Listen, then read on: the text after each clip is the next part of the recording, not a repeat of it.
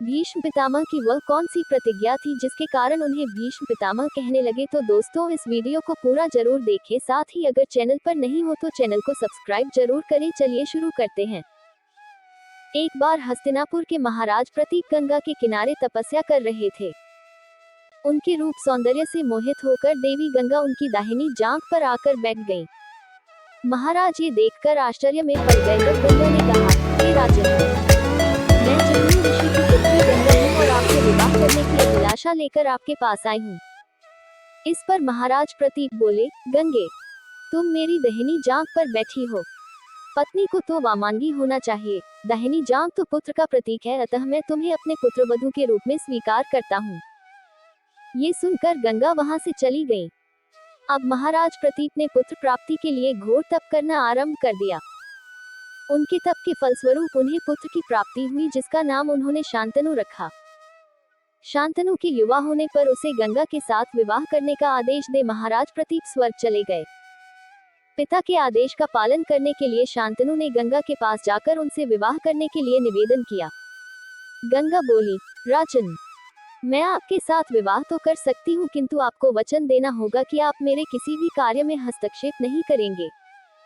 शांतनु ने गंगा के कहे अनुसार वचन देकर उनसे विवाह कर लिया। गंगा के गर्भ से महाराज शांतनु के 8 पुत्र हुए, जिनमें से 7 को गंगा ने गंगा नदी में ले जाकर बहा दिया और अपने दिए हुए वचन में बंधे होने के कारण महाराज शांतनु कुछ बोल न सके।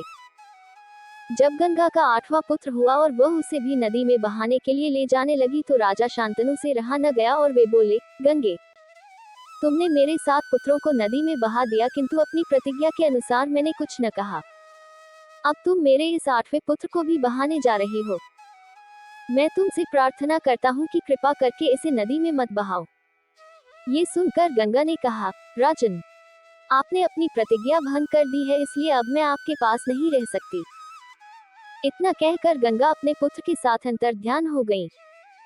तत्पश्चात महाराज शांतनु ने 36 वर्ष ब्रह्मचर्य व्रत धारण करके व्यतीत कर दिए। फिर एक दिन उन्होंने गंगा के किनारे जाकर गंगा से कहा, गंगे, आज मेरी इच्छा उस बालक को देखने की हो रही है जिसे तुम अपने साथ ले गई थी। गंगा एक सुंदर स्त्री के रूप में उस बालक के साथ प्रकट हो गई और बोली, राजन, यह आपका पुत्र है तथा इसका नाम देवव्रत है, इसे ग्रहण करो। ये पराक्रमी होने के साथ विद्वान भी होगा। अस्त्र विद्या में ये परशुराम के समान होगा। महाराज शांतनु अपने पुत्र देवव्रत को पाकर अत्यंत प्रसन्न हुए और उसे अपने साथ हस्तिनापुर लाकर युवराज घोषित कर दिया। एक दिन महाराज शांतनु यमुना के तट पर घूम रहे थे कि उन्हें नदी में नाव चलाते हुए एक सुंदर कन्या दृष्टिगत हुई। उसके अंग से सुगंध निकल रही थी। महाराज ने उस कन्या से पूछा, हे देवी, तुम कौन हो? कन्या ने बताया, महाराज, मेरा नाम सत्यवती है और मैं निषाद कन्या हूँ। महाराज उसके रूप यौवन पर रीझ कर तत्काल उसके पिता के पास पहुंचे और सत्यवती के साथ अपने विवाह का प्रस्ताव किया। इस पर धीन व निषाद बोला, राजन, मुझे अपनी कन्या का आपके साथ विवाह करने में कोई आपत्ति नहीं है, परंतु आपको मेरी कन्या के गर्भ से उत्पन्न पुत्र को ही अपने राज्य का उत्तराधिकारी बनाना होगा। निषाद के इन वचनों को सुनकर महाराज शांतनु चुपचाप हस्तिनापुर लौट आए। सत्यवती के वियोग में महाराज शांतनु व्याकुल रहने लगे।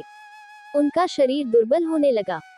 महाराज की इस दशा को देखकर देवव्रत को बड़ी चिंता हुई। जब उन्हें मंत्रियों के द्वारा पिता की इस प्रकार की दशा होने का कारण ज्ञात हुआ तो वे तत्काल समस्त मंत्रियों के साथ निषाद के घर जा पहुंचे और उन्होंने निषाद से कहा, हे निषाद, आप सहर्ष अपनी पुत्री सत्यवती का विवाह मेरे पिता शांतनु के साथ कर दें। मैं आपको वचन देता हूँ कि आपकी पुत्री के गर्भ से जो बालक जन्म लेगा वही राज्य का उत्तराधिकारी होगा। कालांतर में मेरी कोई संतान आपकी पुत्री के संतान का अधिकार छीन न पाए, इस कारण से मैं प्रतिज्ञा करता हूँ कि मैं आजन्म अविवाहित रहूंगा। उनकी इस प्रतिज्ञा को सुनकर निषाद ने हाथ जोड़कर कहा, हे देवव्रत, आपकी यह प्रतिज्ञा अभूतपूर्व है। इतना कहकर निषाद ने तत्काल अपनी पुत्री सत्यवती को देवव्रत तथा उनके मंत्रियों के साथ हस्तिनापुर भेज दिया। देवव्रत ने अपनी माता सत्यवती को लाकर अपने पिता शांतनु को सौंप दिया। पिता ने प्रसन्न होकर पुत्र से कहा, वत्स, तूने पितृभक्ति के वशीभूत होकर ऐसी प्रतिज्ञा की है जैसी कि न आज तक किसी ने किया है और न भविष्य में करेगा। मैं तुझे वरदान देता हूँ कि तेरी मृत्यु तेरी इच्छा से ही होगी। तेरी इस प्रकार की प्रतिज्ञा करने के कारण तू भीष्म कहलाएगा और तेरी प्रतिज्ञा भीष्म प्रतिज्ञा के नाम से सदैव प्रख्यात रहेगी।